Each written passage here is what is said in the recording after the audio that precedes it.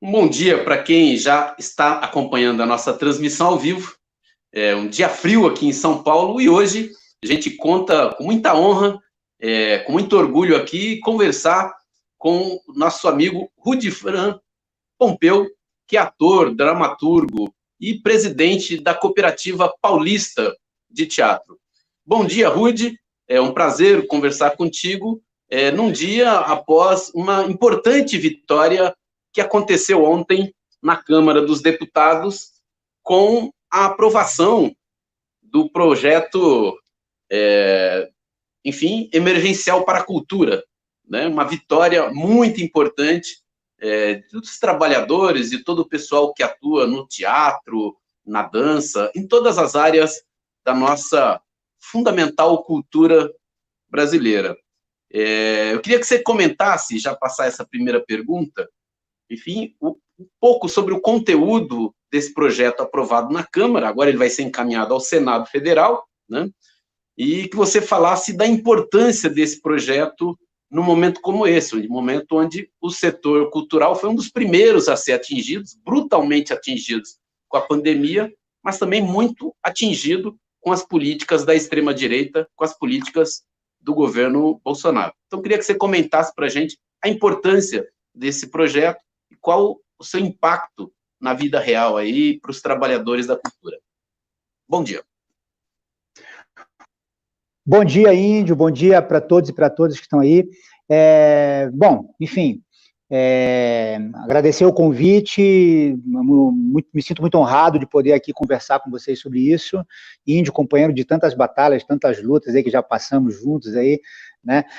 Meu velho, é o seguinte, acho que cabe dizer que eu sou presidente de uma entidade hoje, né? Eu estou presidente de uma entidade, eu sou um artista, sou um diretor de teatro, sou um ator, mas eu hoje represento uma cooperativa que chama Cooperativa Paulista de Teatro, né? E ela é uma cooperativa bem antiga, tem um acúmulo histórico importante, ela nasceu em 79, quer dizer, ela já nasce ali no meio daquele fogo todo da ditadura e pá, e ela persiste até hoje, está fazendo 41 anos, né? É uma cooperativa com 800 coletivos de cultura aqui na cidade de São Paulo, né? Mais de 4 mil associados, e, cara, a gente tem resistido há muito tempo, na verdade. As coisas não vão bem há muito tempo, porque a cultura nunca foi, de fato, uma prioridade de Estado. Sempre foi difícil convencer as pessoas. As pessoas romantizam um pouco a vida do artista, como se o artista fosse uma coisa, sei lá, né, acima, né, de qualquer esperança concreta, né? Então, assim, a gente, obviamente, defende um campo de esquerda, porque a arte ela é essencialmente transgressora, então a gente está nesse caminho.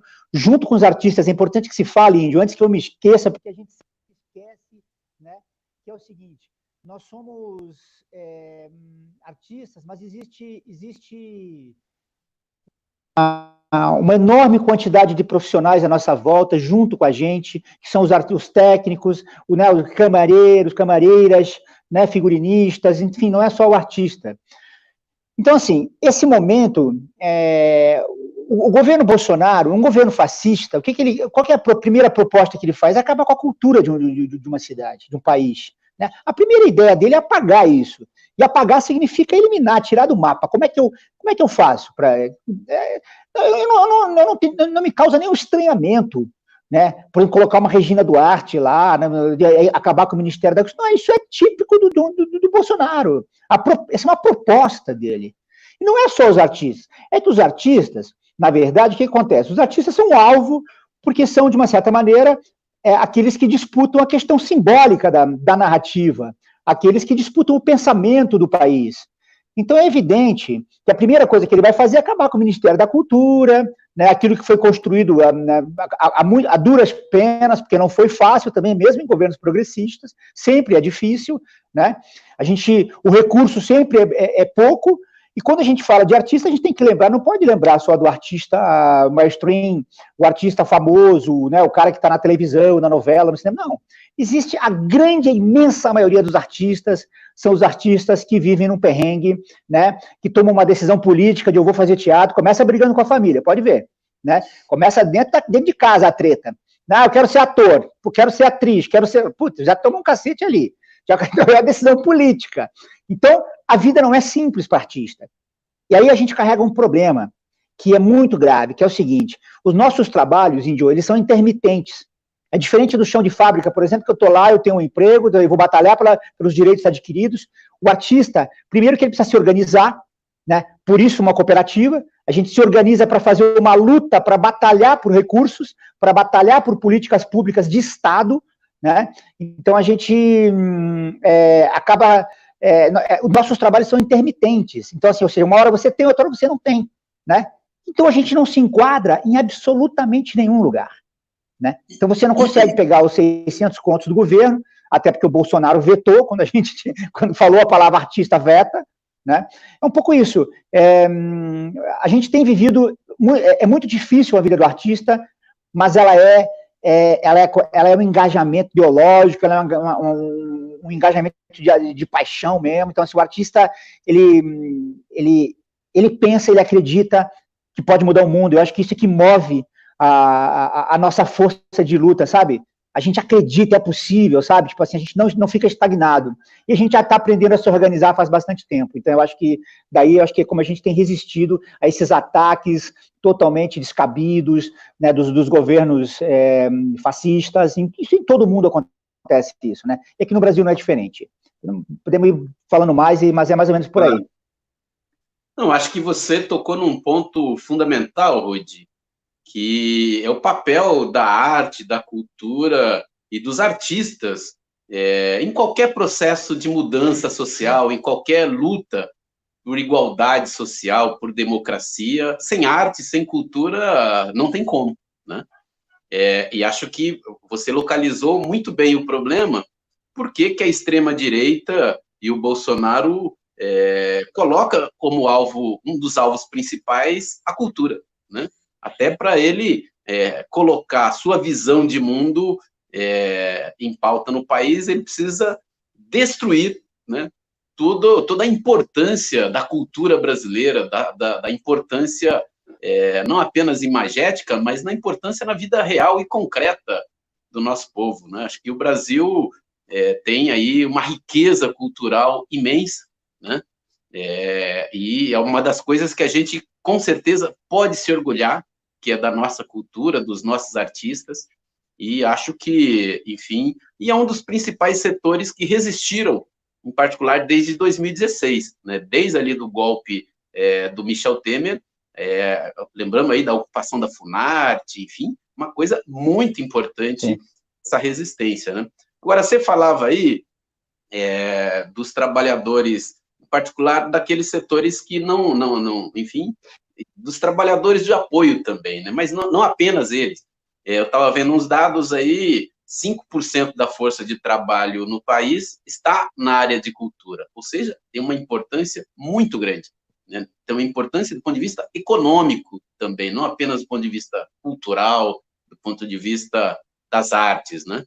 Então, acho que... Então, eu queria que você comentasse, claro que os R$600 é muito pouco, né? É pouco para o artista, é pouco para o técnico de som, pouco para o iluminador, para a camareira, que você falou, enfim, todo mundo que está ali, e é pouco para o ambulante também, para todo mundo que, nesse momento, está recebendo, infelizmente, milhões de pessoas ainda não receberam, né? Estamos fazendo essa pressão. Agora, eu acho que a nossa luta é para que tenha, primeiro, política cultural. Você identificou, quer dizer, não é só esse governo também, é sempre uma grande dificuldade, né? E não há possível construir um país sem valorizar a cultura. Acho que isso é muito importante, e é muito importante, portanto, o trabalho que faz a Cooperativa Paulista de Teatro, a Cooperativa Paulista de Danças, nosso companheiro também lá, em diversos setores que resistem, né? E enfrentam todas as dificuldades. Agora, você falava aí essa coisa da Regina Duarte, enfim, foi um tragicômico, né? Essa breve passagem dessa turma aí, assim, é indescritível, né? É muito mais na linha da terra plana mesmo do Bolsonaro, né? E o ataque às políticas de fomento. Queria que você comentasse um pouco, porque nós estamos falando aqui dos trabalhadores, claro que é muito importante, né? Eu uso trabalhador porque, para mim, artista é trabalhador. Acho que você se sente um trabalhador, Claro. né? Se identifica como um trabalhador, né? Isso acho que é fundamental. Mas é muito importante também, eu queria que você comentasse isso, uma visão um pouco mais ampla, da importância dos teatros, dos pequenos teatros, os teatros na periferia, enfim, quanto tem isenção de impostos para algumas coisas aí que a gente, né, não precisa, e não tem para o pequeno produtor cultural ali, que você queria que você comentasse um pouco dessa política mais ampla cultural no nosso país.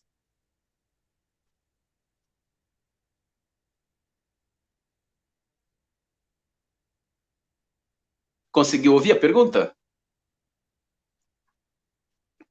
Bom, é isso. Eu acho que a gente, do ponto de vista do governo federal, consegui. Do ponto de vista do governo federal, Índio,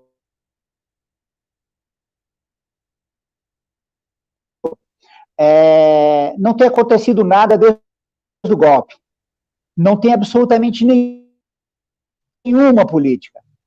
O que tem é um trabalho de descontinuar, quando eu não sei se o Mendes não fica bem, que eu não sei se você lembra disso, né? Então, mesmo ali, as coisas já andavam muito mal. Então, assim, a proposta ali também porque tem um pensamento totalmente atravessado, que esses caras são tudo, ou são são esquerdistas, são vagabundos, mamam na teta da Rouanet. Até aconteceu uma coisa engraçadíssima na época criaram uma CPI da Rouanet, não sei se tu lembra disso. E eu fui super favorável, eu falei assim, quero que crie mesmo, que vocês vão descobrir quem que tá levando o dinheiro da cultura. Aí os caras pararam a CPI, não sei se você lembra, depois parou.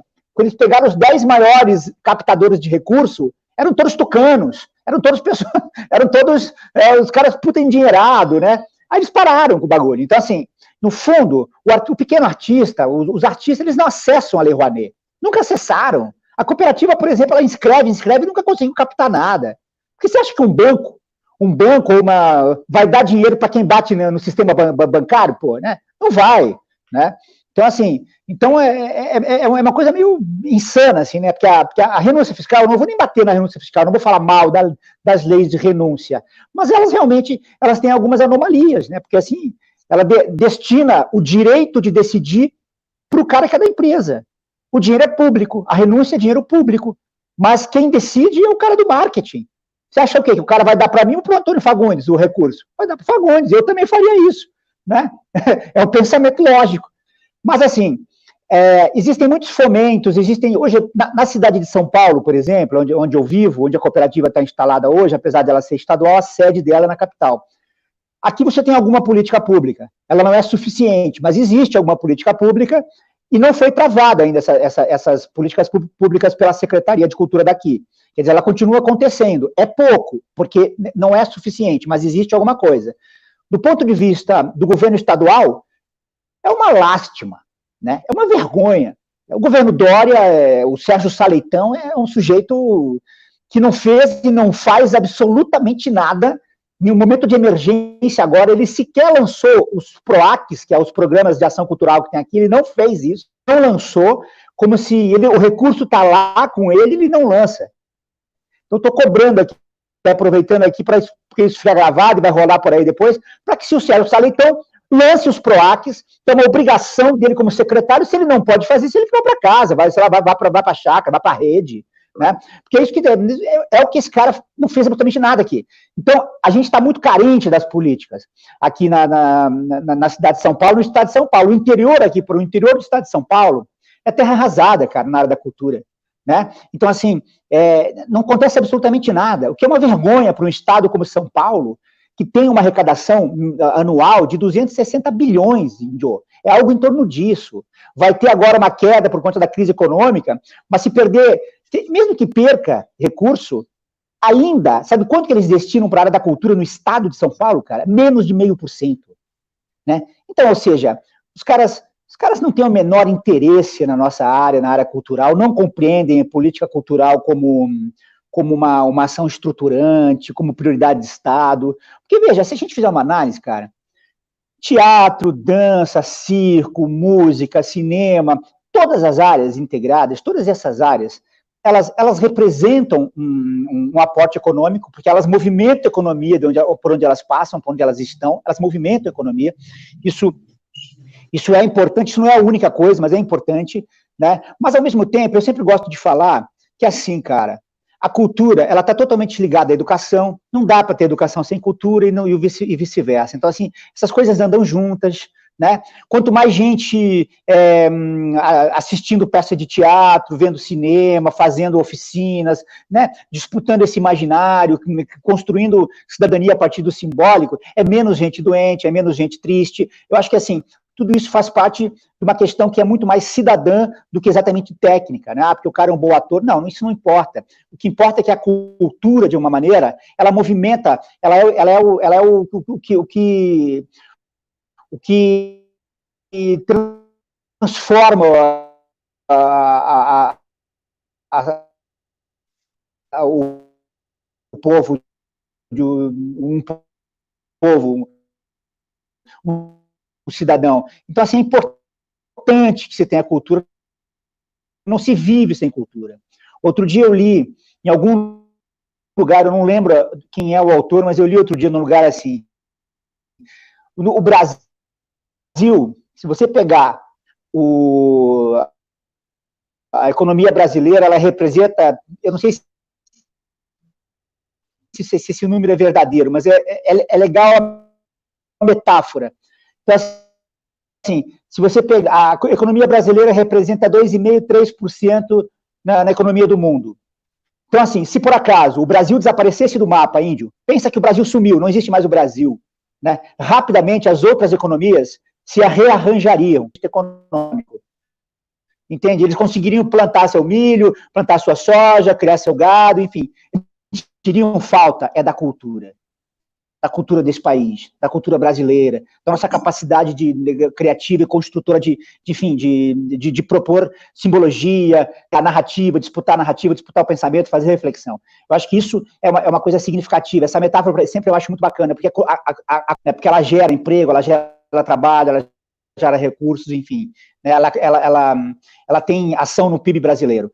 Então, existem muitas coisas acontecendo. Eu acho que a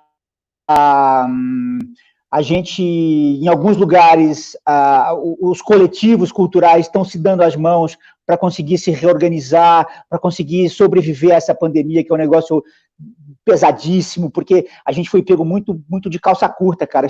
O mundo foi pego de calça curta. De uma hora para outra, né, fechou-se os teatros, fechou-se as casas de espetáculos, fechou-se as áreas públicas, e a gente não consegue. A única forma que a gente tem de trabalho depende do coletivo, depende das pessoas, quer dizer, essencialmente tem que ficar em casa.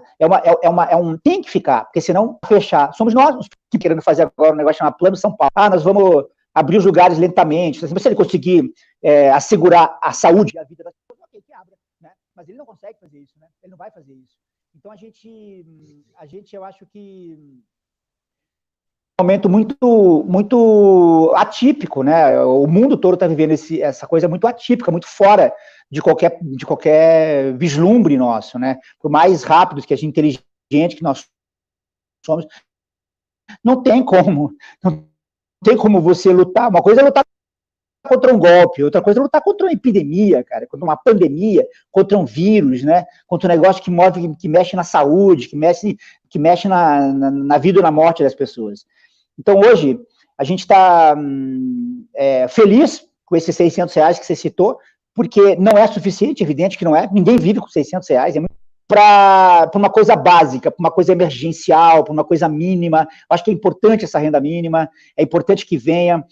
Dentro dela também tem lá uma ajuda aos espaços, aos teatros, que vai de 3 a 10 mil reais, né, para os espaços não encerrarem as suas portas, né, não fecharem para sempre, para conseguir manter minimamente as suas contas ali asseguradas por esse tempo pandêmico. Acho que é importante essa lei, foi uma conquista importantíssima. Tem que lembrar, Partido Novo foi o único partido a votar contra a cultura. Partido Novo do Amoedo, aquele cara endinheirado, cheio de dinheiro, né? É um ganancioso, é um sujeito ganancioso, só pensa nele mesmo, né? Ele foi, como é que pode, cara? Até o PSL votou favorável, né?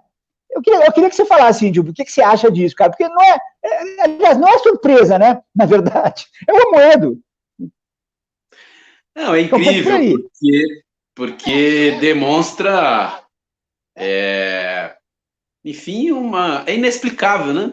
É um partido de banqueiro, um partido, inclusive, muito ligado ao Itaú, que sempre fez muita propaganda nos seus investimentos na área da cultura, mas eu acho que, enfim, o que tem de coisa escrota na nossa política brasileira não é pouca. Eu acho que o Partido Novo, junto com o Bolsonaro, é mais uma excrescência do que a gente está vivendo tragicamente no nosso país, né? Agora, você falava aí, Rudi, eu acho que é muito importante dizer, a cultura é o que dá identidade para um povo, né? É o que permite você formar uma nação. Uma nação não existe sem cultura. Aliás, o conceito de nação, além de povo, além de território e de uma língua, é a sua cultura, né? Cultura é tudo que é feito pelo homem, pela humanidade, pelas mulheres e homens, né? Aquilo que não estava aí na natureza e foi feito pelos homens é a sua cultura, é parte da sua cultura. Portanto, valorizá-la é fundamental, né? Acho que cabe para a gente usar um exemplo oposto para demonstrar a sua importância, é ver como os regimes totalitários, seja Mussolini na Itália ou mesmo o Hitler na Alemanha, tratou o tema da cultura, né? Como isso tinha uma centralidade fundamental na definição de um projeto de país, ainda que seja um projeto, enfim, absolutamente nocivo e absolutamente execrável, e que a humanidade não pode seguir assistindo, né? Agora, Rudi, você falava aí, enfim, uma das coisas que eu acho que a gente tem que lutar, a gente tem visto muita análise sobre o pós-pandemia, né? Porque também, enfim, esse período de confinamento, onde boa parte do mundo experimentou uma experiência nova, né? Nós estamos vivendo uma situação muito nova, né? E onde, sei lá, aqui nós estamos indo para 3 meses de um certo distanciamento, ficar em casa, e acho que é um momento de reflexão, né?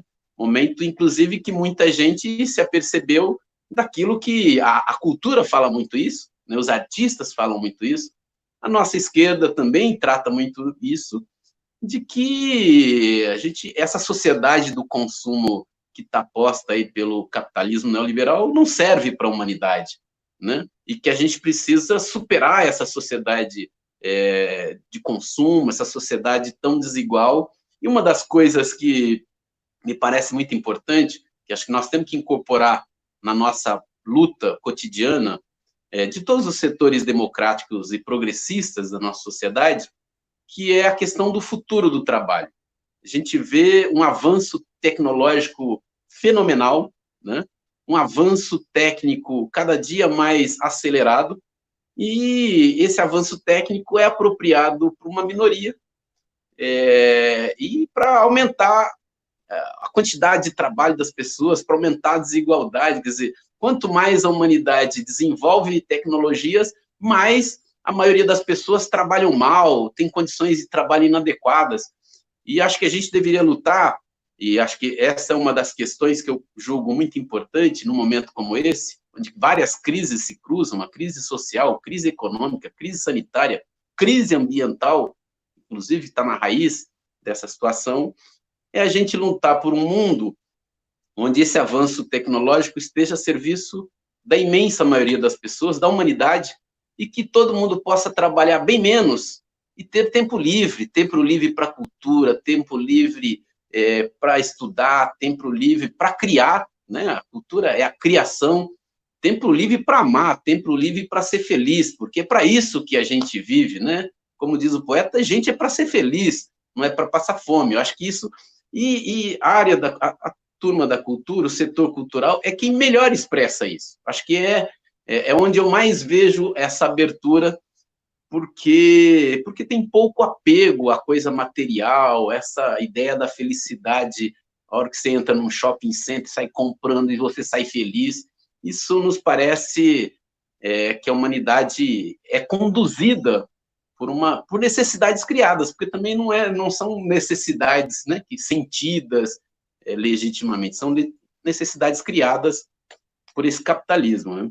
Agora, aqui, nós estamos há 26 minutos, eu estava tentando aqui comentar aqui, ver os comentários da turma, mas eu sou analógico, nasci em 68, ainda estou com muita dificuldade aqui. Mas queria comentar alguns aqui que estão acompanhando a gente. O Douglas Mansur, mandar um abraço para o Douglas, é fotógrafo aí, Douglas, um companheiro, amigo de 40 anos, sempre registrando aí, é um artista da fotografia aí, mandar um abraço para o Douglas. A Dirce Tomás, esse governo trouxe com ele o que existe de pior no ser humano, ódio ao negro, ódio ao índio, à mulher, aos artistas, aos diferentes. É exatamente isso, a perversidade é tão grande que gera adoecimento. Temos que nos cuidar da sanidade mental e continuar produzindo mesmo na dificuldade. Muito bem, Dirce, a sabedoria. A Dirce é uma atriz maravilhosa, Índio. A Dirce, né? Uma mulher negra, uma atriz, a primeira Chica da Silva do teatro, é uma figura maravilhosa. Um beijão para ela. Um beijão aí, Dirce, que prazer ter a honra, esse comentário, de fato, você tem completa razão. O Júlio de Miranda, assim, quando você, Índio, coloca o entrevistado como trabalhador e ele concorda, me salta aos olhos. Olha aí. Salta aos olhos, que é salientar a luta de classe ou de governo. É isso. É imensa. Se você não é proprietário dos grandes meios de comunicação, se você não vive da exploração do trabalho alheio, se você não vive do capital financeiro, do rentismo, você é trabalhador, é trabalhadora, mulheres e homens, né? Hétero, não hétero, enfim, artista, operário, somos trabalhadores e trabalhador da cultura, desse ofício tão sublime, né? O que pode elevar o ser humano que não a arte e a cultura, né? Você queria comentar aí?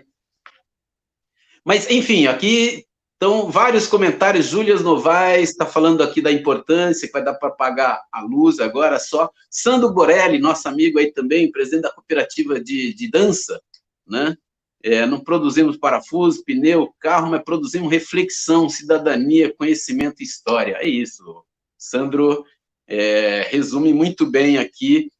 O Wilson Vasconcelos, e mesmo no âmbito municipal, o acesso a muitos recursos ainda são confusos, as plataformas confusas, os recursos que foram reduzidos também nessa última edição do Fomento para o Circo. Também aqui meu amigo Marcos Oliveira, que é professor. Marcos é professor de História e tem se dedicado à história indígena, agora é professor lá do Instituto Federal de Roraima. Nosso amigo Marcos, com quem eu compartilhei aí aulas lá em Francisco Morato há 25 anos atrás. Aliás, Rude, uma amiga minha hoje de manhã me falou, pô, Rude, trabalhei com o Rude 4 anos, a Débora, que trabalhou contigo numa experiência de escola. A Débora! Sim, agora é professora. A Débora é nossa, conheço aí a Débora, claro. Sim. Conheço Débora há 30 anos, fomos bancários, eu continuo bancária, ela passou com a gente lá, militou com a gente. E mandou um abraço para ti, ela disse que vai ver essa live. Sim. Eu não vou entregar ninguém, mas quando a gente trabalhou junto, eu tô com 52, a gente trabalhou lá, eu devia ter uns 25, 24. Então que saudade de Débora. Temos a mesma idade, aliás. Outro que mandou um abraço foi o Marquinhos. Marquinhos é bancário também, que faz teatro ali contigo, com a turma toda ali na Praça Roosevelt, o André. Agradecer muito ao André, que propiciou aí essa conversa, deu uma agilizada aí, e fico bastante feliz. Claro, vários outros amigos comuns que a gente tem na luta pela mudança, pela transformação, para a gente poder viver uma realidade digna, onde a dignidade humana seja valorizada e onde é isso, quer dizer, as pessoas não devem valer pelo que tem, e sim pelo que ela é, pelo que ela, né, possa oferecer para o seu próximo, para a humanidade. Rudy, nós estamos indo aqui para os 30 minutos, queria que você comentasse um pouco a importância da resistência de todos os setores democráticos da nossa sociedade contra o governo de destruição de Jair Bolsonaro.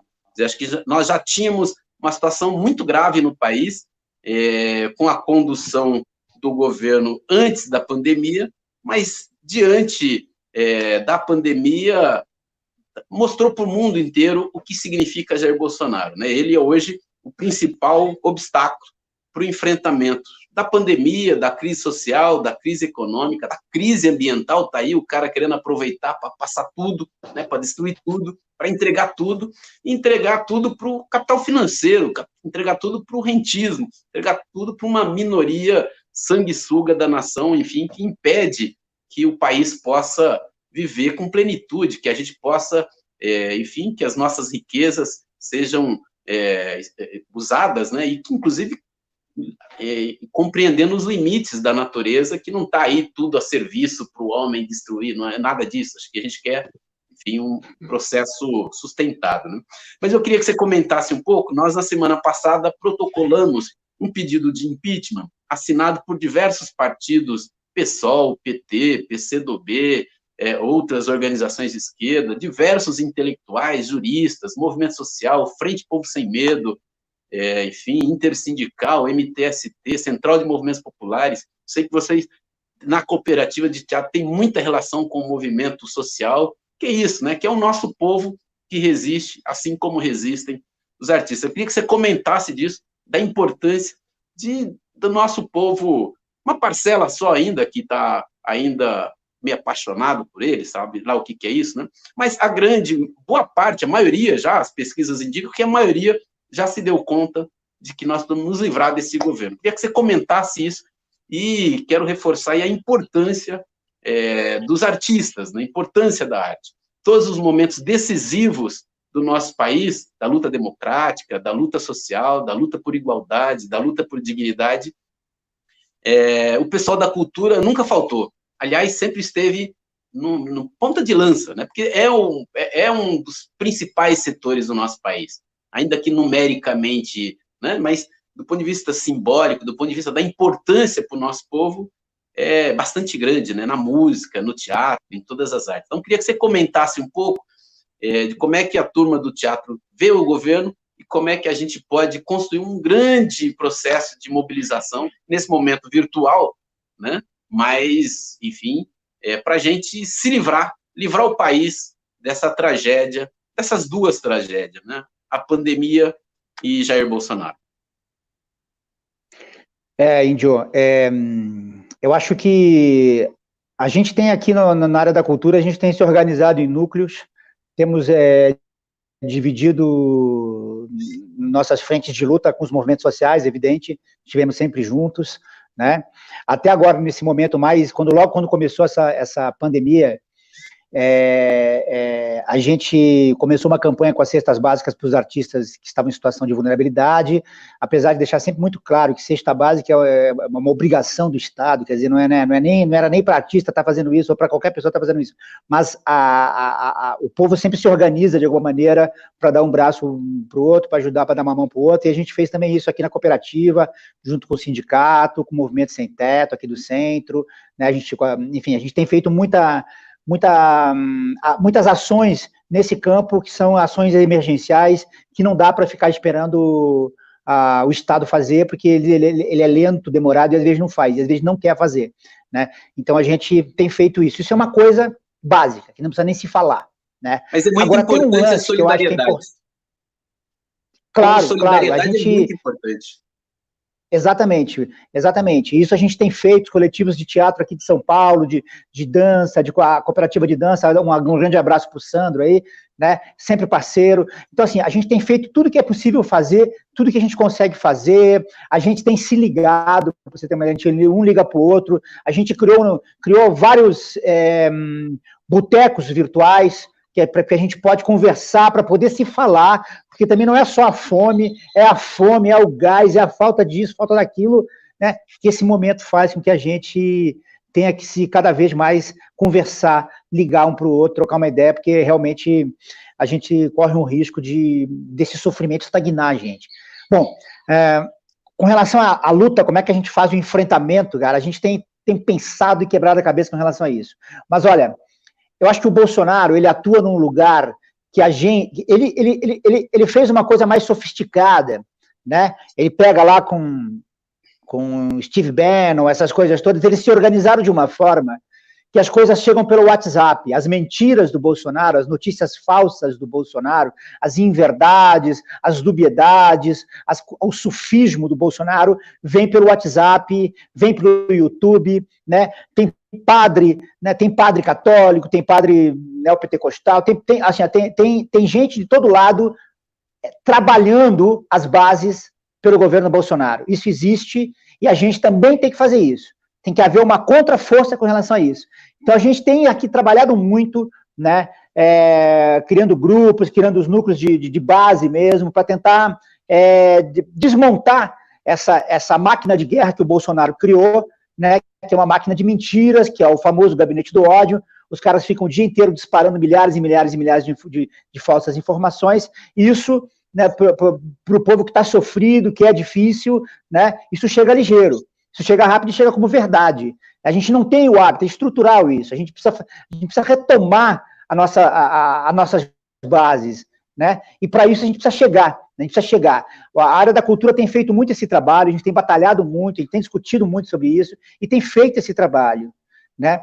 Então, assim, mesmo nessa pandemia, por exemplo, tem gente indo para as periferias, tem coletivos da cooperativa nas periferias fazendo muito trabalho, trabalhando muito na questão da solidariedade, mas ao mesmo tempo na questão da formação mesmo, de dar uma informação real. E não é fazer a cabeça da pessoa, não. É chegar e dizer, pessoal, olha, você compreende isso? Por exemplo, você pega uma reunião daquelas que o Celso de Mello divulgou o vídeo, você pega uma sessão daquelas, o que está escrito, o que está explícito ali, né? Pouco importa se o cara não é que ele não é um cara, o cara é bacana porque ele fala palavrão, porque a gente também fala, não é isso. É uma outra coisa que está ali, né? É um negócio, como é que o sujeito fala, por exemplo, vamos salvar as empresas grandes porque a gente ganha dinheiro. Se a gente salvar as pequenas, a gente perde dinheiro. Quer dizer, é sempre, né? É evidente que para nós isso não é uma novidade, mas é uma coisa que deveria ser um escândalo, tipo, cara, tem que tirar esse cara, né? Um cara que fala isso numa reunião presidencial, né, numa reunião ministerial, tinha que, no mínimo, assim, ele parece ser ali o sujeito que encaminha esse tipo de política o tempo inteiro, né? Aí você tem o Salles falando aquela barbaridade, vamos aproveitar a morte das pessoas, vamos aproveitar que está morrendo um monte de gente, e a notícia sobre isso, e vamos abrir a porteira para a boiada passar, para fazer as novas regulamentações, desregulamentar as leis que protegem a floresta, e que protegem os povos indígenas. O outro falar que povos indígenas que ele tem ódio dessa palavra. Então, isso demonstra claramente o que é o governo Bolsonaro. E concordo com você. O que a gente precisa compreender, talvez, é que essa força do Bolsonaro já não é mais tão grande como era antes, né? E também, se fizer uma análise um pouco mais profunda, quando a gente teve naquele momento do vira-voto, ali, daquela batalha do vira-voto, não sei o quê, não sei se tu lembra disso, que a coisa estava pesada já, né? A diferença, com toda aquela criminalização do Lula, a criminalização do Haddad, as fake news que rolaram, que foi o que, de uma certa maneira, ludibriou muita gente, naquele momento, a diferença, eu não acho que a diferença foi exorbitante, sabe assim? Né? O Haddad chegou junto ali, quase que se bobeasse com tudo aquilo, com toda essa máquina que eles fizeram de mais uma semana virava aquilo, eu também acho isso, eu faço essa análise, conjuntura. Porque o que acontece? Isso com toda aquela máquina pesada funcionando, a Globo a serviço deles, né? Tem que lembrar sempre disso, foi um golpe midiático também, né? Então, assim, o tempo inteiro. E aí, agora, eu acho que o momento é outro, né? O momento é outro, e talvez a gente precise retomar, né? Mesmo online, a gente precisa retomar essas conversas, por isso que é bom ter esses espaços, Índios, para a gente debater e conversar sobre isso, fazer análise sobre isso, começar a trazer as pesquisas que a gente tem sobre o que está acontecendo no país, para que a gente possa levar isso para as bases também, dizer para o nosso povo o que está acontecendo, entendeu? Como é que foi, por exemplo. É isso, a gente, no fundo, a gente errou em alguns lugares. É evidente que erramos. Nós não politizamos o debate lá atrás. A gente devia ter politizado o debate, sabe? Tipo, a gente não calculou, a gente nunca acha que fica velho, a gente fica, né? A gente não acha que 10 anos é peso pra caramba, 10 anos, cara. Quando você tem 10 anos de idade é uma coisa, mas 10 anos depois você tem 20, né? Se não tem aí um trabalho, formação da gente, para entender como é que as coisas são, como que elas chegaram onde elas estão, Se a gente não fizer uma análise histórica da vida, a tendência é a gente sempre perder para aquele cara que mente, para o cara que para governos como esse. O fascismo se aproveita disso, ele ludibria o povo, entendeu? Ele usa isso para chegar ao poder, né? E eu acho que só se derrota o fascismo assim, quando ele está no poder. Eu acho que agora dá para a gente desmontar isso, né? E eu acho que a gente está caminhando para isso, na minha opinião, né? É difícil, é bem difícil, mas as coisas também começam a implodir para o lado de lá, né? Se nós não estamos bem, os caras também não estão. Então, assim, eu acho que a gente tem que começar a trabalhar isso. O WhatsApp é um negócio que rola muito, cara. Eu recebo isso, entendeu? Eu acompanho isso. Eu tenho a manha, eu tenho estômago para entrar, às vezes, nas agendas da direita para ver como é que os caras estão fazendo, o que é que os caras estão dizendo. Mas é tanta loucura, é tanta bobagem. As loucuras nem vou falar, porque louco não é assim. Mas é tanto, né? É tanto mau caratismo, é tanto crime que esses caras cometem todos os dias, que eu fico abismado, assim, né? Fico abismado. Mas eu acho que a gente tem que se reorganizar para essa batalha. Eu acho que a cultura, ela é central, eu acho que ela é importante para isso, né? Eu vi que no começo aí você colocou a música que a gente tocava lá, o pessoal da Companhia do Tijolo, né? Que é uma música fascinante, né? Que nos movimentou ali, que nos ajudou muito, né? Porque é isso, sabe? A gente mexe com essa coisa simbólica, qual são os significados dessas coisas, né, de tudo que está em jogo.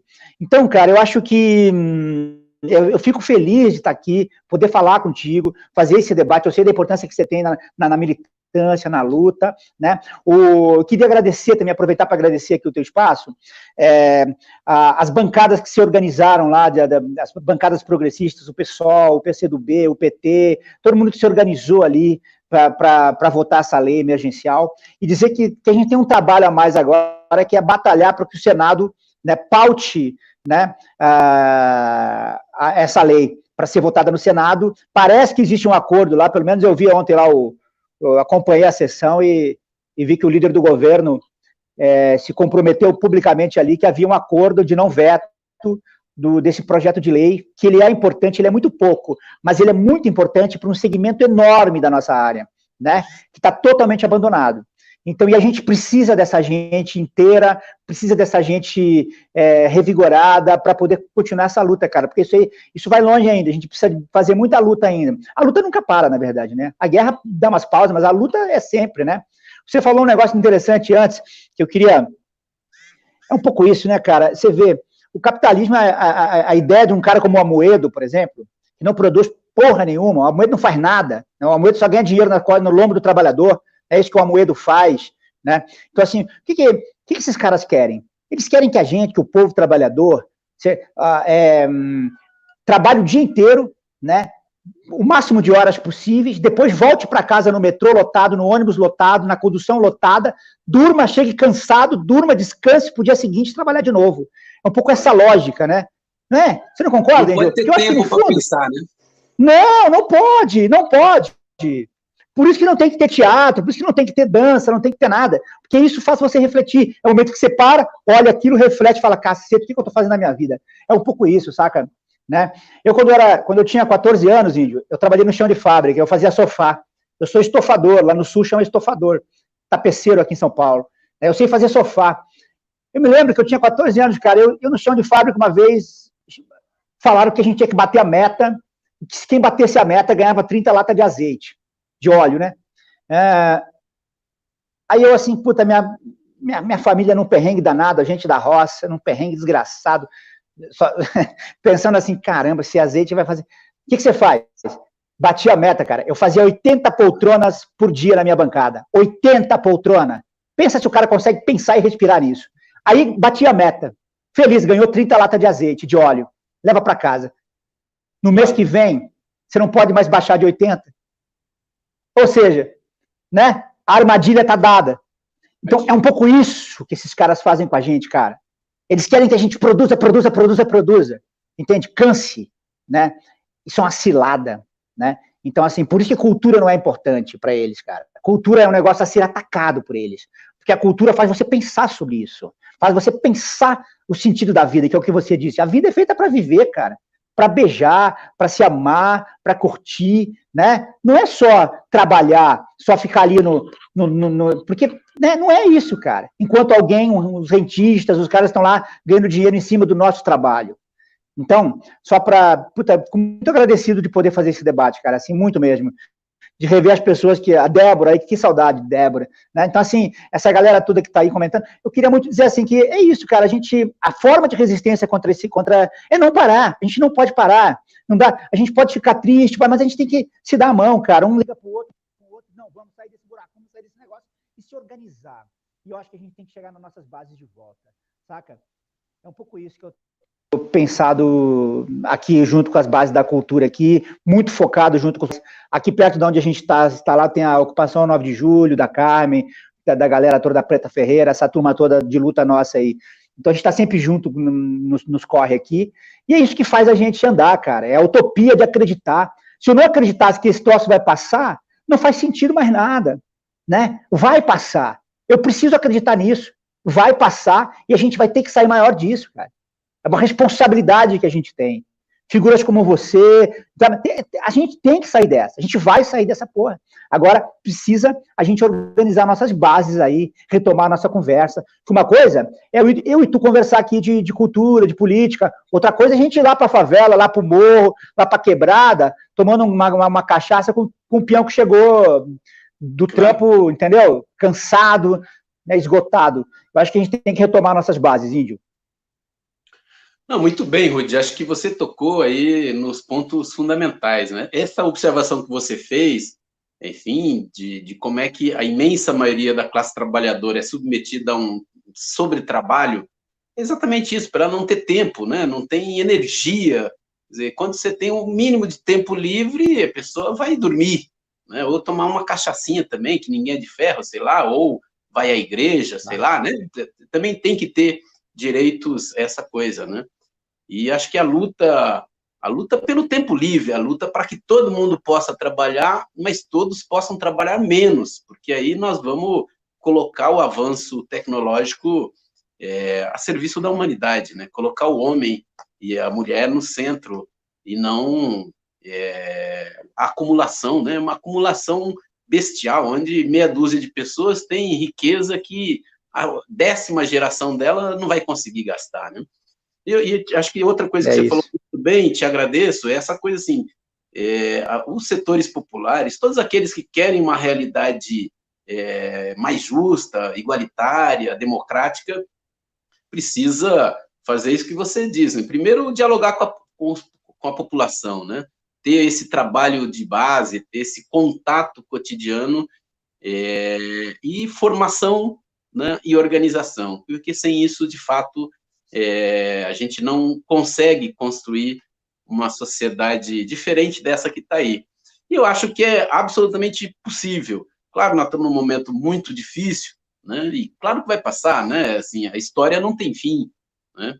Você, enfim, nós somos na mesma idade aí, né? Também estamos fazendo 52 anos aqui, a gente milita a vida inteira, né? E vamos continuar militando, e vem outras gerações, e os que passaram por nós, que deixaram essa herança, que é muito importante também.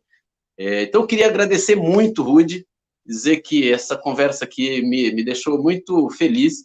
Lembro, você falava aí do Vira-Voto em 2018, inclusive, lembrei muito, inclusive, pedi para o Alexandre, coloca lá a música do Ainda Cabe Sonhar, porque aquelas atividades que vocês faziam ali, né, os artistas faziam ali no centro de São Paulo, em 30 anos de militância, eu nunca vi coisa tão bonita, assim, tão emocionante, aquela coisa, né? E olha que a gente já teve experiências muito legais, tal, mas aquilo me tocou profundamente, né? E mostra a força da cultura, mostra a força do nosso povo e mostra sentimento de solidariedade, de empatia, sentimento de amor ao próximo, né?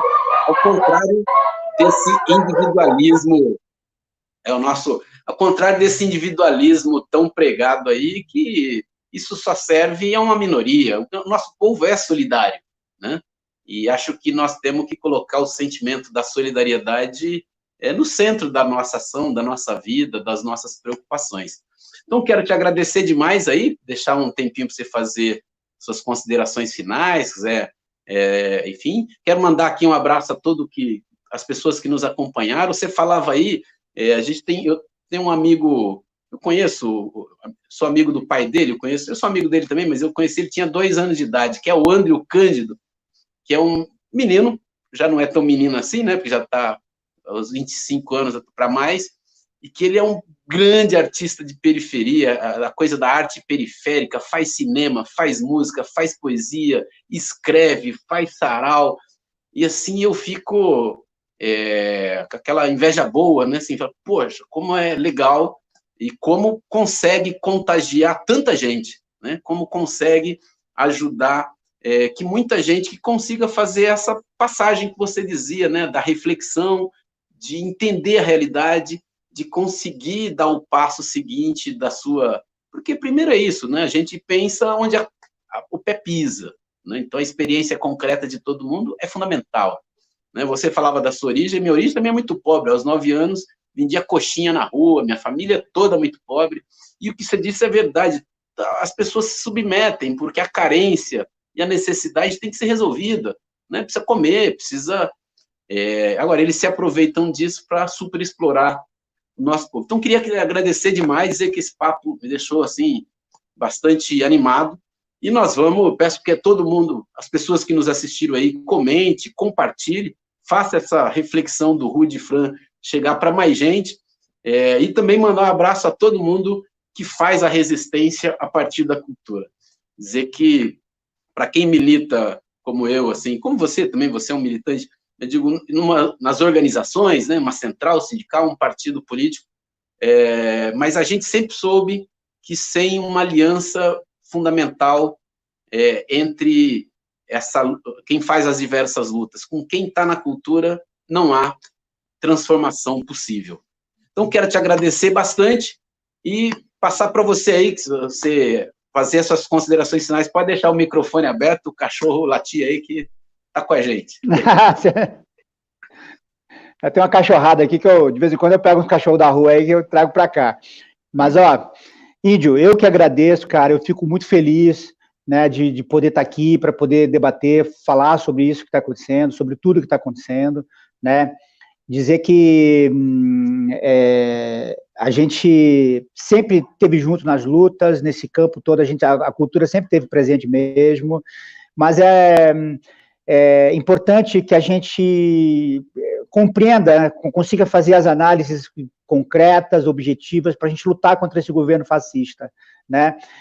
A nossa democracia, ela é muito jovem, não dá para, acho que a gente nunca teve de fato uma democracia.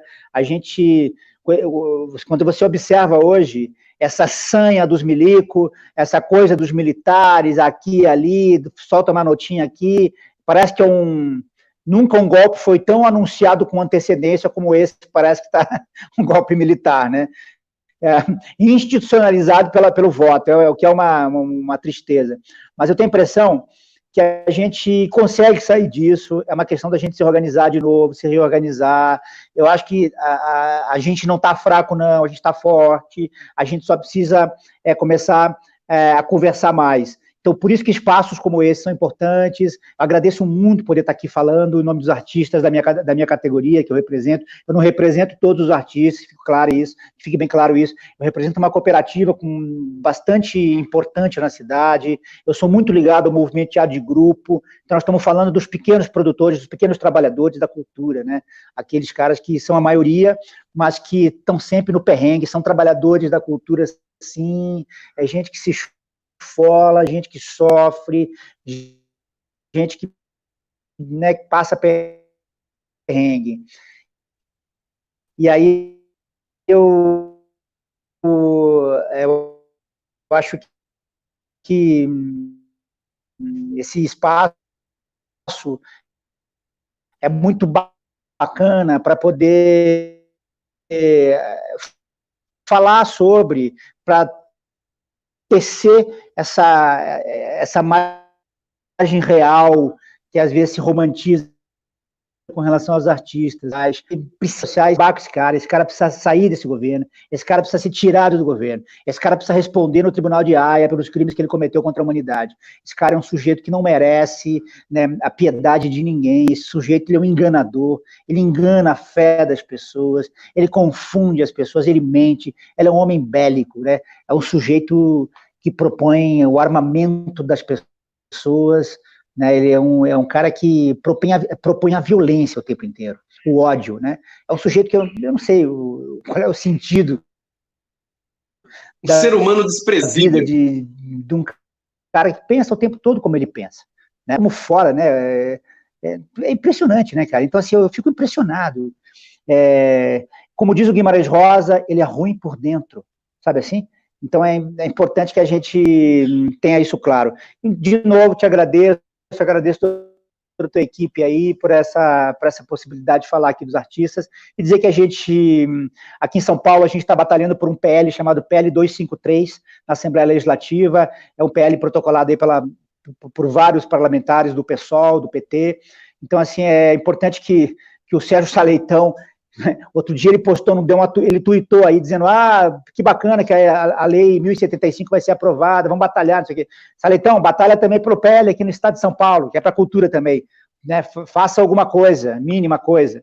Então é dizer que estamos nessa luta aí, e estamos junto, Índio, porque deve quando precisar, só chamar, né? Um grande abraço para todos aí, para todas.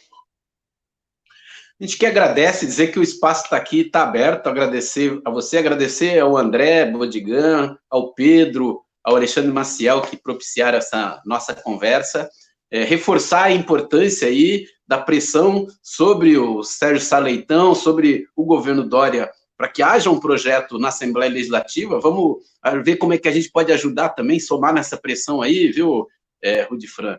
E pressão total no Senado para aprovar a lei, enfim, da emergência cultural.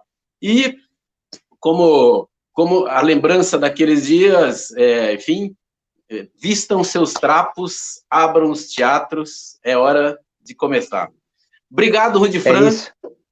Quero agradecer bastante aí, e viva a cultura, viva a resistência da arte. Temos um pedacinho aí da música, só para uma homenagem à cooperativa de teatro e a todos os que resistem a partir do Fazer Cultura. Muito obrigado.